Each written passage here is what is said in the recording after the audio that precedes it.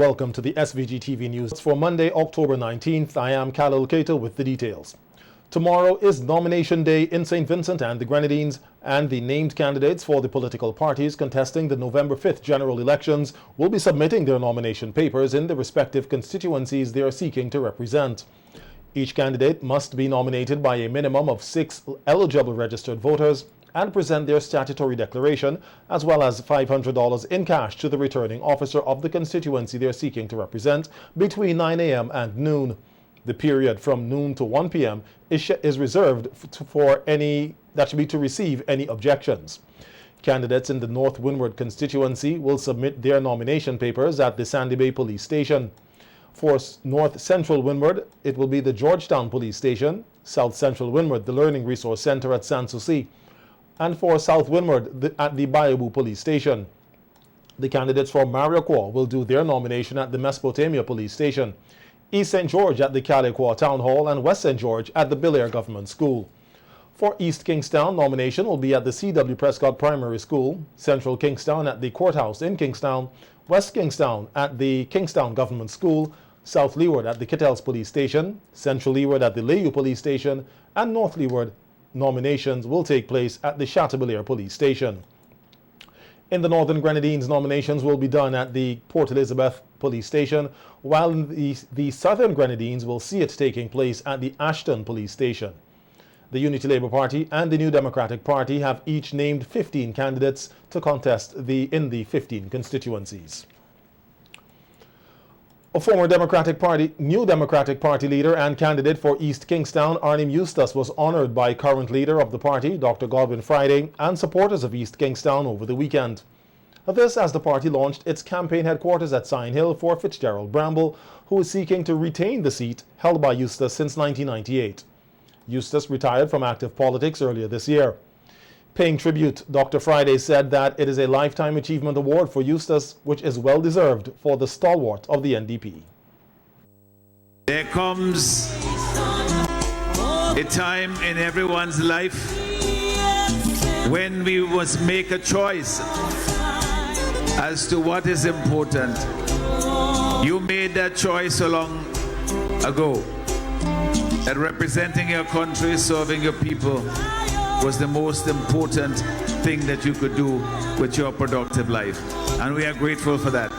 And we honor you for doing that. And we are inspired by your example. Eustace, who did not speak at the event, had previously asked Bramble to represent the people well. Pastor Bascom, the pastor of the Diamond New Testament Church, who prayed for Bramble, told him to always walk with integrity and be humble. Bramble said he takes his role and responsibilities seriously and will deliver to the people of East Kingstown and, by extension, the people of SVG. I have all kinds of emotions running through me right now. And the only reason why that is happening is because I love my people, I love my country, and I love East Kingstown. Mr. Eustace, I will do everything in my power and with all the strength that God has given me to make sure that I represent this constituency the way you did. A leader of the Unity Labour Party, Prime Minister Dr. Ralph Gonzalez, remains confident that the ULP will be re-elected to office. Addressing supporters at the relaunch of his North Central Windward Party office in Georgetown on Saturday night, PM Gonzalez blasted the NDP's campaign strategy and plans. With respect to the level of poverty in the country, which is a big campaign issue for the NDP, Dr. Gonzalez said when his administration took office in 2001, 38% of people were classified as poor, with 27% being classified as indigent or dirt poor. He said that as part of the social and economic transformation of SVG, the ULP set about to reduce poverty, including indigent poverty, from 27% to 3%. To undernourishment. In 1995, 22% of the population were undernourished. By 2012, less than 5%. Saboto and I were invited to Rome by the Food and Agricultural Organization a body of the United Nations on 2 occasions to receive awards for addressing poverty and for addressing undernourishment in this country. Labor love. On the question of unemployment, the Prime Minister said that more than 12,000 persons are employed today than were employed when the ULP took office. And the total population between 2001 and now increased by under 2,000 persons. It means, therefore, that the rate of persons getting jobs was 10,000 more than the increase in the population. Not dealing percentage, I'm dealing with real flesh and blood people, so that you could understand that. We have an unemployment problem. But you can't solve an unemployment problem by just talking about it.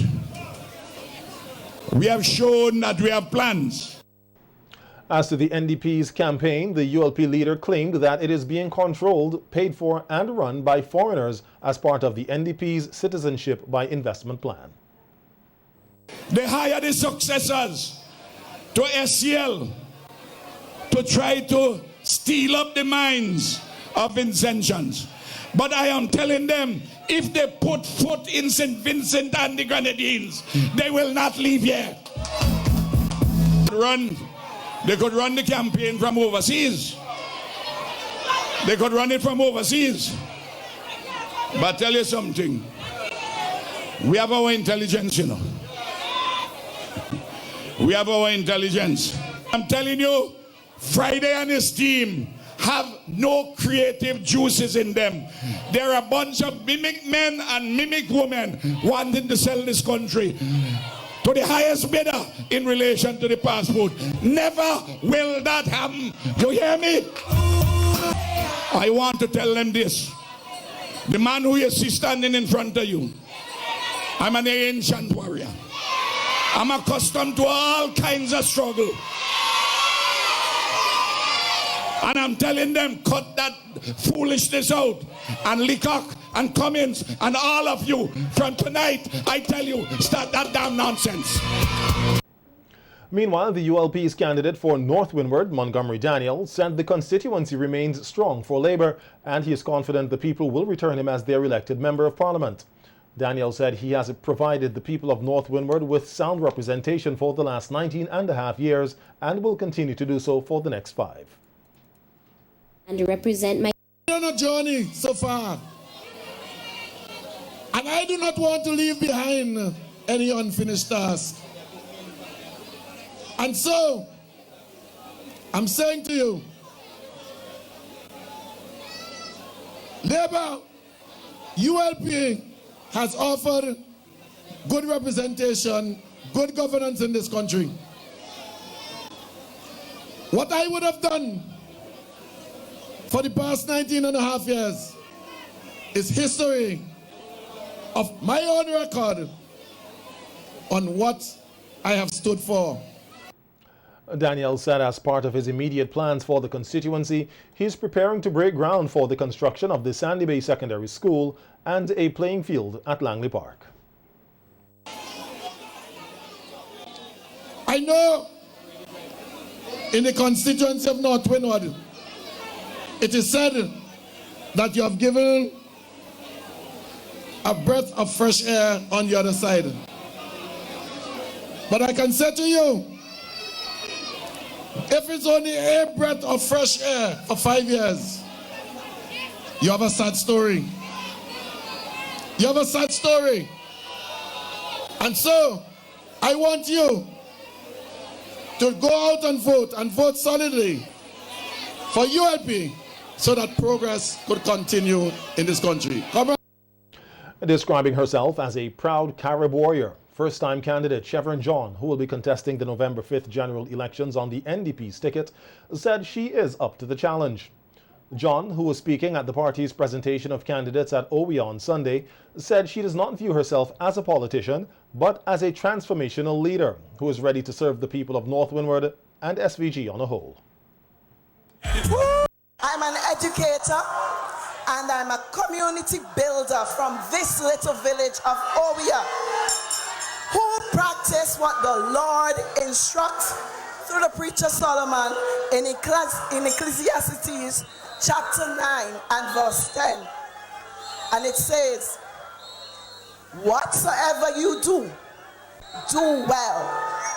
For when you go to the grave, there will be no work or planning or wisdom or knowledge. So whatsoever I put my hands to, I am doing it to the best of my ability to make North Windward work again. The people of North Windward has been suffering for too long. We deserve better. But I'm going to tell you, don't go down. Hold your head above the water, because one day things must get one day. John said the people of North Windward deserve better, as she made reference to a country poverty assessment survey, which she said shows Sandy Bay in the North Windward constituency as having the highest rate of poverty in SVG. The NDP flag bearer said this should be a vexing issue for Sandy Bay residents and the rest of the constituency. When we have a village that supports a ruling party for so long, that village could have been one which is highly developed. But you know what happened? They say leave them poor, so that they can always come to beg us. But a new Democratic Party is not going to leave you poor. They are going to empower you. And that's why we're going to create jobs for you, so that you can spend your own money. Noting that residents of North Windward have predominantly relied on agriculture for their livelihood, John said under the ULP the sector went down, thus wiping out the middle class which agriculture created. Rich, and you have the poor. And the rich is only for the chosen few. And the poor has to stay poor. But a new Democratic Party is going to revive agriculture, create jobs in agriculture, implement information technology in agriculture for you, the people. The arrowroot factory, dead. Cassava factory, what factory has been built in 19 years under this administration? Answer me. Answer me. Speaking on her plans for North Windward, John said the constituency lacks proper representation and that her job will be to make life better for all residents. Standard of living will be better. You are going to get jobs. You are not going to depend on anyone but the government in creating jobs for you and your children. My plans for North Windward. We are going to ensure that better health care is provided in every village. Dixon people have not had a health center in years. The roads are dilapidated. Now you're running to come to fix roads. You're insulting people. My people in Dixon, I am going to ensure that there is a health center for you. We want bypass roads in some of our villages. If you go up to overland, where the children are walking to go to school, your heart will drop. There is a piece of road that has been damaged since I think it's when 2013, and it is still there left unattended while cement is somewhere else being tough. Wicked. St. Vincent and the Grenadines recorded 2 new cases of COVID-19 last Friday.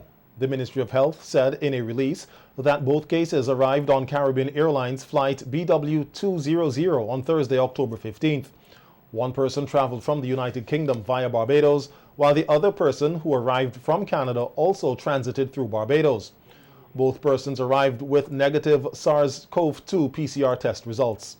The ministry said the adults will remain in isolation until cleared by 2 negative test results. All of the close contacts on the flight to St. Vincent are being informed and will continue in quarantine. There are now 3 active COVID-19 cases in the country. The USA, Canada, and Europe are all reporting new spikes in the number of new COVID-19 cases. Neighboring islands are also reporting disturbing changes in the nature of the spread of the COVID-19. These increases in the incidence of cases increase the risk of travelers arriving in St. Vincent and the Grenadines testing positive for SARS-CoV-2. In view of this increased risk, the Health Services Subcommittee of the National Emergency Committee Coronavirus Task Force said it will continue to closely monitor these situations and will recommend changes to existing protocols as necessary. Prostate cancer awareness is the focus of the SVG Teachers Cooperative Credit Unions in its symposium, which will be held tomorrow at the headquarters at Paul's Avenue. The forum will be among the activities in which the credit union is engaging as it celebrates Cooperative Month during October. Marketing manager Melissa York-Nichols told SVG-TV News that they chose to highlight the disease as it is found to be a touchy topic for men. In the Vincentian community, there's, some stigma attached to being tested because, I think in the past it was quite invasive, but we've come a long way since then in terms of men, getting their prostate checks. So we want to, highlight and try to remove that stigma that's attached. And that is where the medical professionals will come in and talk about, how you can get tested, how often you should get tested, and that sort of thing. This is the second annual symposium being held by the SVG-TCCU, and Nichols said they would like to see both men and women take an interest in the topic at the symposium, which starts at 4:30 p.m. The opportunity to invite persons out tomorrow. We have a lot of information that we want to share with you. So wives, please tell your husbands, bring them with you because they may not want to come on their own. So you bring them with you. We have Dr. Rohan Dishong. He'll be presenting on the disease. And we have Dr. Giselle Miller. She'll be dealing with the psychological aspect of it. Yes. And we have a survivor, who will be sharing his experience with the disease as well. Industrial Relations and the Research Officer of the SVG Teachers Union, Andrew John, is questioning if the conditions in some schools, which he described as unsanitary, have contributed to the increase in dengue fever cases in St. Vincent and the Grenadines, especially among children. Speaking Friday at a news conference, John said during visits to several schools, he observed that there were many mosquito breeding sites, and this is worrying. We can't help, we can't help but draw a comparison or relation to what is happening in relation to dengue fever. Because we have visited schools around town, and we are seeing especially these schools located alongside the rivers. We are seeing these rivers are, streams or gutters, whatever you want to call them. They are not running, and they are blocked up, the water is stagnant, and they are breeding grounds for mosquitoes. John said prior to the reopening of schools, the union raised the issue with the Ministry of Education, but it was not addressed. He said that on a daily basis, more than 10 children have reportedly fallen ill with dengue fever. For 185, I think, cases of dengue. Already we had 45% of those being children, right? Just recently we witnessed, we were really saddened by the loss of a 13-year-old student of the girls' high school. And so again, we keep asking the question, is there a relationship between these poor conditions existing and the reopening of schools, right? And we warned about it in all these, whether it's the way the president would have mentioned it on several occasions. We would have visited our schools and we would have been asking for these things to be put in place. A lot of them were not addressed. The Public Service Union has advised nurses at the Paget Farm Health Clinic in Beckway to relocate to the Port Elizabeth Hospital. They said in a release that the nurses have been complaining for the past 2 years about the compromised physical structure of the building as earth movements have shifted the foundation of the facility. As a consequence, portions of the building are said to have separated from each other. The union said the matter was reported to Bragza and the Ministry of Health, Wellness and the Environment on more than one occasion, but no corrective action has been taken. It said it is appalled at the frivolous way in which the matter has been treated, noting that as a union, it is concerned about the well-being and safety of the workers and would make every effort to safeguard them. The Roads, Buildings and General Services Authority, Bragza, says it has begun to construct a small business plaza at Glen in East St. George. The plaza is located opposite the police mobile unit and involves the construction of 2 buildings that will house 4 business spaces. It is being carried out at an estimated cost of $323,000 and is scheduled to be completed by the end of November.